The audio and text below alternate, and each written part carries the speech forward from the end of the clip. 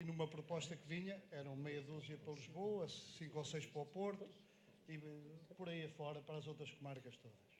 Portanto, o que se prevê é um PR coordenador, são praticamente todos, coordenar PGAs, chefes de secção ou de departamento, o que é, convenhamos, no mínimo absurdo. Mas isso é o que eu penso. Agora, a outra perplexidade que eu vos quero aqui trazer, e que os membros do Conselho que estão presentes, e o Sr. Vice-Procurador-Geral bem sabe, que nas primeiras inspeções que fazemos a Procuradores da República, se é mais exigente do que nas primeiras, segundas ou terceiras inspeções que se fazem a Procuradores Adjuntos. Ora, há muitos Procuradores da República que nessa primeira inspeção não têm um muito bom. Aliás, será a maioria. Com esta junção das duas carreiras, digamos assim, das duas categorias, o que é que acontece? Um Procurador da República que já foi classificado e tem boa distinção, fica atrás de outro como o Rui Cardoso, que não tem classificação nenhuma como Procurador, mas tem muito bom como Procurador Adjunto. Como agora se terminou este critério, porque são todos Procuradores da República, na próxima inspeção, o Rui Cardoso, que obviamente é muito bom, ou será muito bom, terá a classificação de muito bom. Tem 2 muito bons seguidos. Outro colega, que até já é Procurador da República há 10 anos, teve o azar de ser inspecionado como Procurador da República a primeira vez, e os critérios do Conselho são o que são, vai ter um muito bom daqui a mais 5 anos. Ou seja, quando o Rui Cardoso, por exemplo, tiver os 2 muito bons, que já tinham muito bom como adjunto, tem agora outro muito bom como PR, mas está tudo na mesma lista, tem 2 muito bons, e o outro, que é mais antigo,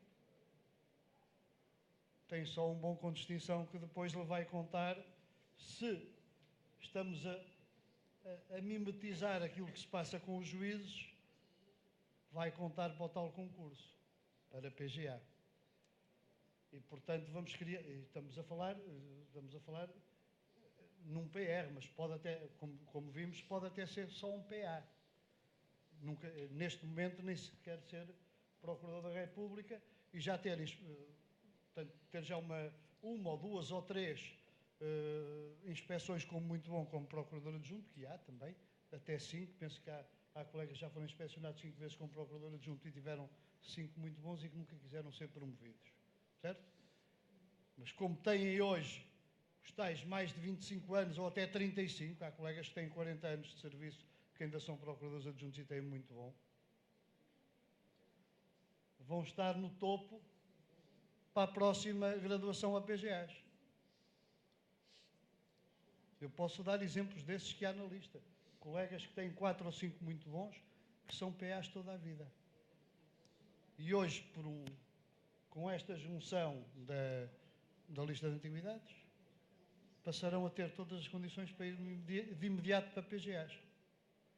O que parece que não será justo para os outros que andaram aí a trepar e a ir para as ilhas, uns, outros a ir para o Algarve e por aí fora, não é? Para per salto, não é? Per salto.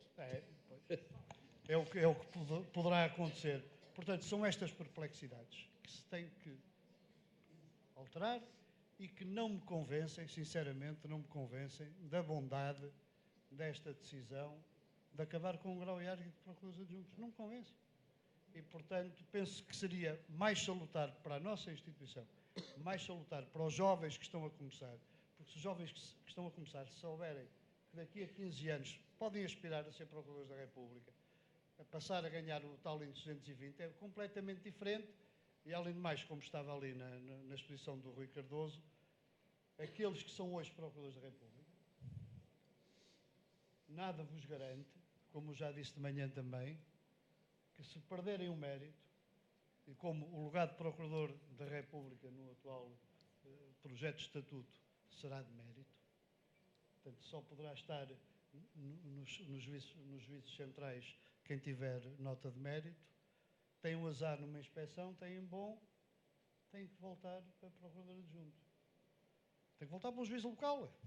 Pronto. E deixam de ganhar o índice 220 e passarão a ganhar o índice que corresponder à vossa antiguidade.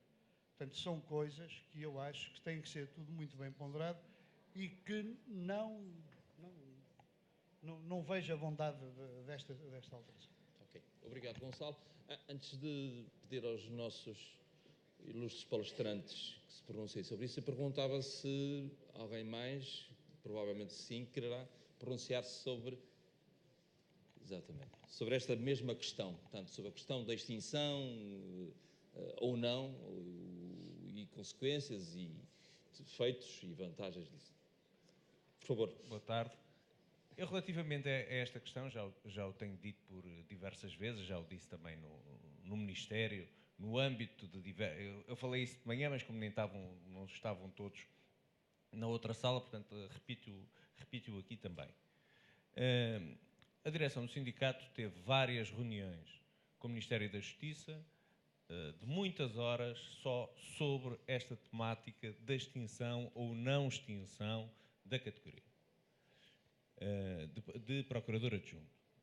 A posição da direção foi sempre a mesma relativamente a esta matéria. Para que fique bem claro, defendemos que devem continuar a existir duas categorias na primeira instância, duas categorias, quando eu digo procurador adjunto e procurador da República, e entendemos que deverá também ser consagrado, para alguns casos excepcionais, também a categoria de procurador-geral adjunto. Aliás, já existem procuradores-gerais adjuntos na primeira instância, há vários cargos de procuradores-gerais adjuntos. O mais conhecido será talvez o diretor do DIAP, depois também alguns diretores de DIAPs. Portanto, existem já alguns cargos de procuradores-gerais adjuntos na primeira instância e nós entendemos que poderão existir outras situações de cargos também na primeira instância, de procuradores-gerais adjuntos, casos muito bem identificados e que terão que ser definidos pelo Conselho. E qual a razão porque é que nós defendemos que deve continuar a existir duas categorias? A primeira questão essencial é a questão da investigação, na minha opinião, é a questão da investigação criminal. Porque neste momento, estando a generalidade das promoções nos juízes especializados, existe aqui uma fuga natural de quem está na investigação criminal para os juízes especializados. E esta proposta não resolve essa situação. Não resolve porque a questão dos 21 anos com o congelamento, portanto, não permite resolver, não permite manter nos DIAPs aqueles que são mais qualificados, que têm mais experiência, e isso é extremamente preocupante, porque digamos que o Ministério Público é muito avaliado por aquilo que se passa na investigação criminal. É muito escrutinado e cada vez mais escrutinado pela investigação criminal e pelos resultados. E se de forma sucessiva os mais experientes, os melhor qualificados, estão sempre a sair dos DIAPs e ir para outros departamentos, é claro que teremos como organização problemas a médio prazo. E por essa razão não defendemos. Depois também a própria questão em termos de harmonização da extinção de uma categoria. O Ministério avançou com esta proposta de extinção da categoria quase de surpresa, eu digo quase de surpresa por uma razão muito simples. Nós andámos durante alguns meses a debater esta questão da carreira e em que propunhamos precisamente uma carreira do género que tinha dito o Rui Cardoso. Aliás, não é novidade, nós andamos a defender isto mais ou menos desde o ano 2008, tal como é dito. Portanto, há pessoas que ficam muito surpreendidas porque o sindicato defende este tipo de carreira. Bem, o sindicato anda a defender isto há 10 anos, não é? Portanto, não é uma coisa nova. Já foi provada em vários congressos, já foi mais que debatido. Portanto, isto não é novidade nenhuma, defender que deve haver uma categoria, portanto, em que existe uma promoção de procurador adjunto a procurador da República com uma questão de tempo e mérito. Portanto, isto é uma questão que tem sido veiculada e, portanto, que nós continuamos a manter. Agora, o Ministério, e isto é preciso também dizê-lo, e é preciso que os colegas também tenham a noção disto, o Ministério recusou por diversas vezes este entendimento. Recusou em mais do que uma reunião, em mais do que uma negociação, recusa terminantemente este modelo de promoção a Procurador da República, digamos, mantendo-se, por exemplo, num DIAP. Estou a dar o caso dos DIAPs, que é para melhor perceber. e apresentou este sistema, mas que este sistema eu penso que não o terá estudado devidamente, porque pelo menos a primeira proposta, então a primeira proposta que nos foi apresentada logo em agosto e que depois teve uma retificação posteriormente em setembro, que já melhorou mais qualquer coisa, e agora apresentou outra que ainda apresentou mais umas melhorias. Mas a primeira nem sequer previa, em termos de direito transitório, sequer a questão da lista de antiguidade. Não previa a questão de determinados lugares em que havia, por exemplo, em que falava da perda de requisitos, mas também não previa o que é que acontecia a esses lugares. E não previa, por exemplo, também a questão, chegava a ter situações em que também os procuradores da República, que hoje estão à frente de secções, como por exemplo o DIAP de Lisboa, que inclusivamente, como estavam todos no mesmo nível, os DIAPs, esses próprios procuradores da República perderiam também, digamos, a remuneração. Não perderiam, porque também, já agora, outra questão, também não estava acautelada os direitos adquiridos na primeira versão. Os direitos dos procuradores da República não estavam garantidos esses direitos. Ou seja, se perdessem os requisitos na primeira versão, o que aconteceria é que, imaginemos que perdiam um procurador que tinha bom, procurador da República. Perdia o requisito, ia, por exemplo, para uma local, não estava garantido que não baixasse a remuneração. Ou seja, de acordo com o Estatuto, o que nem sequer estava previsto a garantia dos direitos adquiridos. Portanto, só para verem, esta proposta tem um início sem prever grande parte das consequências. E, portanto, ainda hoje não as prevê na sua totalidade. Agora, uma coisa é certa, e nós sabemos disso. O Ministério vai seguir por este caminho e não vai voltar atrás quanto a esta matéria. O Ministério já nos tem dito isso. Nós estamos a trabalhar no sentido de tentar, ao máximo, melhorar esta proposta por parte do Ministério. Porquê? Porque a quantidade de pontos negativos que existem e que têm que ser melhorados é mesmo muita e mesmo assim não ficará algo que seja muito aproveitável. Eu aproveitaria para dizer também que algumas das soluções que levantam aqui novos problemas, que se criam aqui novos problemas, e que para nós são algumas perplexidades, dizem, por exemplo, respeito aos juízos, aos novos juízes centrais, portanto, as antigas instâncias centrais. Já existiam problemas no REC-OFF, no chamado REC-OFF, em que praticamente existia um REC-OFF horizontal.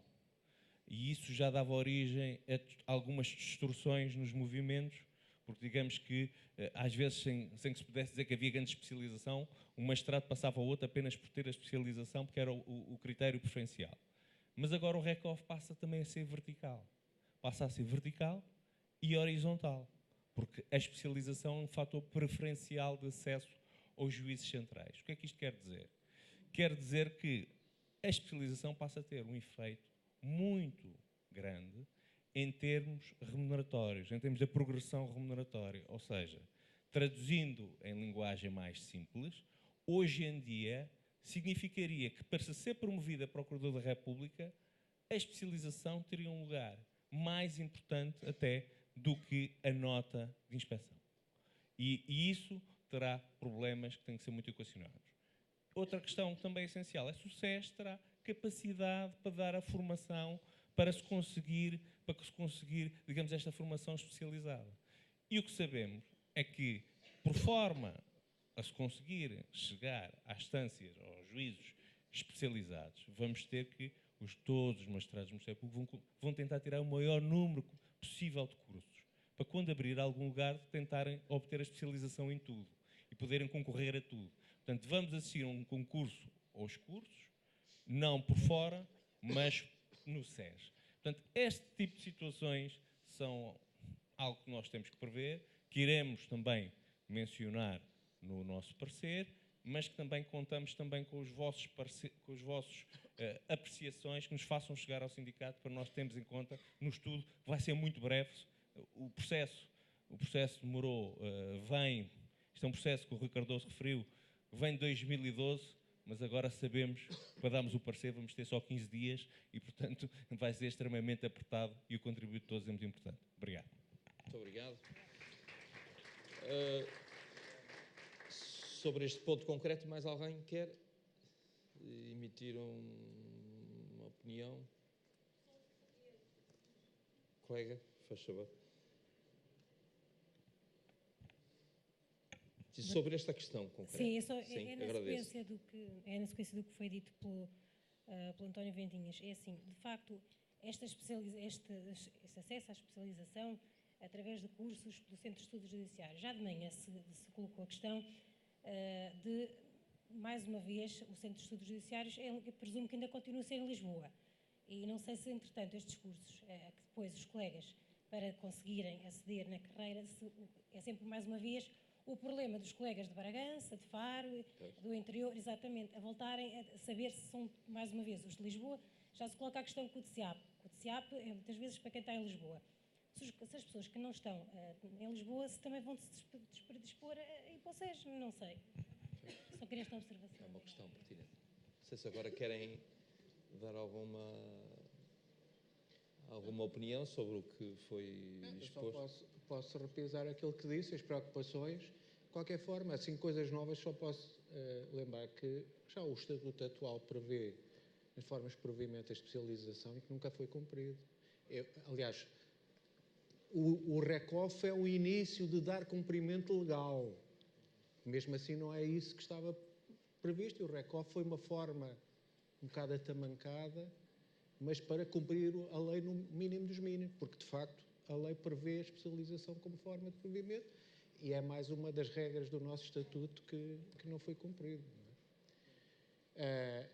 Agora, de facto, quando eu falo, e quando se fala aqui na hipótese da solução do SES, é de forma a uniformizar esses requisitos, de forma a não deixar que as pessoas desapareçam para ir fazer cursos.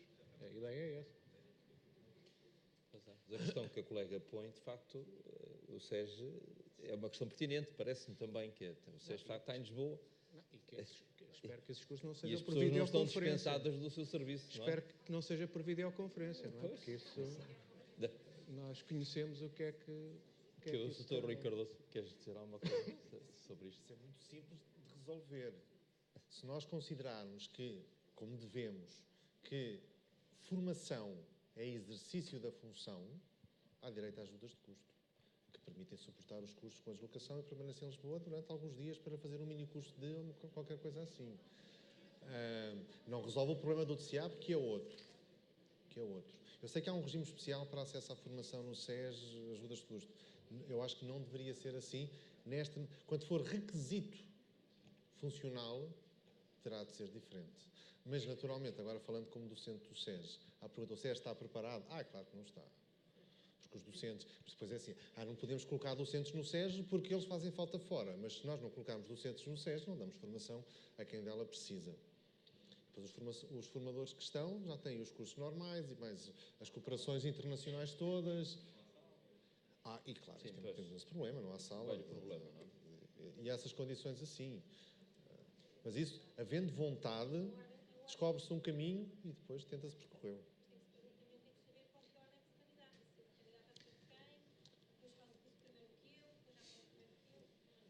Isto evidencia o quê? Tudo isto. Há aqui propostas, como disse o António Ventinhas mesmo agora, que nós andamos a discutir desde 2008, com a evolução. Esta da carreira plana nestes tempos, que não vamos dizer, a carreira plana apareceu pela primeira vez que eu tenho conhecimento na referida tese em 2008 no Congresso, e que foi aprovada. E que teve um grande processo de maturação, de concretização, Nós fomos pensando em tudo aquilo que, melhorando, corrigindo, até este ponto. Há soluções que são apresentadas agora, e eu penso que ficou evidente desde aquilo que eu disse. O Gonçalo pensou em problemas que eu não tinha pensado, mas que são evidentes também, que são claros. Os problemas práticos são muitos. E agora temos a pressão de 15 dias, 20 dias para aparecer, intenção legislativa de apressar, assumida aqui ontem nesta mesma sala pela Sra. Secretária de Estado, com algo que não está pensado. E eu temo que as consequências sejam muito mais. E o que nós sabemos, todos, magistrados, todos aqueles que aplicamos na lei, é que o legislador aprova uma lei rapidamente. Tem um problema evidente e depois, a maior parte das vezes, dele se esquece e deixa para quem tem de aplicar o dever de resolver. E em alguns casos deixam, e nós, no Ministério Público, estamos com uma estrutura desorganizada, uma estrutura desadequada, como o Dr. Adriano Cunha aqui evidenciou também, desde a loja de 2013, entrou em vigor em 2014, e nós continuamos com uma estrutura com todos os problemas que isso nos criou. Fricções, quando as competências não estão bem claras, qual é a competência do distrital? Há ou não, primeiro, depois, sim, e bem, devem continuar a existir. Quais são as competências? Quais são as competências dos coordenadores? Fricções, qual é a competência do Procurador-Geral? O que é que compete ao Conselho, o que é que compete ao Procurador-Geral? Fricções, fricções, fricções. E como qualquer mecânico sabe, a fricção é inimiga da velocidade. Está calor. Provoca calor. Já agora, Mas queria só dizer uma coisa. Nós temos 20 dias, mas o mundo não acaba daqui a 20 dias. Isto para dizer que temos de ter também alguma confiança depois na Assembleia da República, porque também vai,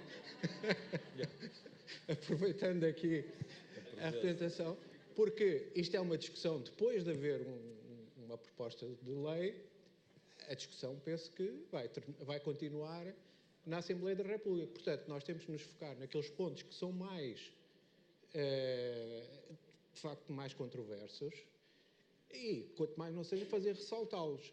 Eu acho que daqui, independentemente das opiniões que cada um tem, já se fez alguma luz. Eu, por exemplo, eu não estou totalmente convencido que a questão de haver só uma categoria que seja um problema tão grande como... De facto, pode haver mais problemas em termos de transitoriedade do que em termos finais. Mas, por exemplo, esta questão, eu acho que surgiu aqui a questão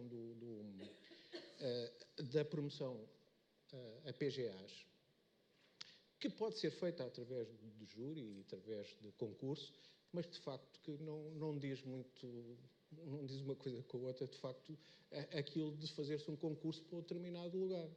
Até quando ele quiser mudar, a transferência também é por concurso, quer dizer, há aqui qualquer coisa que não joga, não é? Portanto, isso independentemente das ideias que tenhamos, ou do figurino que tenhamos, vemos que há aqui um problema, de facto, e, portanto, é preciso chamar a atenção para isso. E, portanto, eu acho que devemos, agora, durante estes 20 dias, alertar o Governo para isso, mas depois a Assembleia da República também. Só a talho de foice, basta lembrar as dificuldades e a morosidade dos processos de concurso para os lugares de juízes da Relação e do Supremo. Se arrastam durante meses e meses. E não têm sequer essa particularidade de ser para aquele lugar, daquele tribunal concreto. Claro. Quer dizer, é para qualquer das secções do tribunal em questão. E às vezes demora um ano, desde a abertura do concurso até à nomeação das pessoas que ficaram graduadas, vai quase um ano. E, efetivamente, isso... Ora, mais questões para os nossos ilustríssimos oradores. Já está toda a gente já esclarecida com estas magníficas exposições. São 5 para 5. Gonçalo. O Rui disse que os lugares na segunda instância, ou seja, nas relações e nos TCAs, são por comissão de serviço, mas não são. O que está no projeto é que são os únicos que não são para a comissão de serviço. Mantém-se o status quo atual, que são os únicos lugares que são passíveis de nós sermos nomeados procuradores-gerais adjuntos. Mas, Gonçalo, hoje não foi aplicado, mas desde a tal reforma da Lei 52 de 2008, o que a lei previa era a nomeação e comissão de serviço. Pois não, o Conselho nunca o fez. Não, mas não está aqui, não está eu não vou teimar, projeto. mas eu já vou confirmar, mas a ideia que eu tenho não, é eu essa. posso ver, ainda agora confirma isso. É o único lugar que não é por comissão de serviço. Gonçalo, artigo 161, número 3. As funções previstas no número anterior são exercidas por período de 3 anos renováveis. Não, tens que ler Se são por 3 anos renováveis, não tens são que ler efetividade. o número anterior. Caducam ao fim de 3 anos. Posso falar? Tens que ler a lei toda. Isso é o número anterior, são os coordenadores. Os lugares de Procurador-Geral Adjunto nos tribunais de relação e nos tribunais centrais administrativos são providos por concurso perante Procuradores-Gerais Adjuntos. Número 1. Número 2, as funções de direção e coordenação, essas é que são por comissão de serviço. Mas portanto, mantém-se o status quo atual. os Não, PGAs podem ser nomeados. Fica melhor do que o Estado, do que atual neste sentido. Mas o problema subsiste. Como é o exemplo que eu dei, e o Adriano agora mesmo dizia, nada impede que no ano seguinte a pessoa salte para outra coisa qualquer. Sim, E mas depois isso é que por sentido transferência. faz? Isso é o concurso normal de transferência, depois pode ser. Não, mas que definido. sentido faz uma avaliação curricular, que é para um lugar, e depois vai fazer outra coisa Isso não qualquer? faz nenhuma. Eu penso que depois no tem uma máximo, própria caduca, não é? no máximo devia ser, como para os juízes, haver um concurso para 10 lugares de PGAs ou para 5. Eu penso que isso é o que faz sentido e depois escolher dentre esses os mais capazes, digamos assim. Pronto. Obrigado. Mais alguma questão? Estamos todos esclarecidos? São 5. Acho que sim. Pronto. Bom, para finalizar, apenas sublinhar que com estas contribuições proficientes que acabamos de ouvir e com o debate que houve, eu julgo que nos resta um estudo o melhor possível do projeto que foi agora divulgado nestes dias. Portanto, mãos ao trabalho, se me permitem este conselho, e vamos ajudar, quer por nossa iniciativa, quer através da direção do sindicato, vamos ajudar a que se clarifiquem uma série de questões e sobretudo, que se ultrapassem uma série de erros, ou se eliminem mesmo uma série de erros, confusões e falta de ponderação de uma série de normas, porque, como dizia há pouco o Rui Cardoso, se de facto o processo acelerar, daqui por alguns meses teremos uma nova lei. E aí, no nosso dia-a-dia, tudo será mais difícil se nós não nos precavermos e não estudarmos o assunto e não tivermos dado o nosso contributo para depois podermos dizer à direção que fizeram bem, ou fizeram mal, ou fizeram o melhor ou o pior. Muito obrigado pela vossa participação e dentro de meia hora teremos aqui a apresentação do livro. Muito obrigado.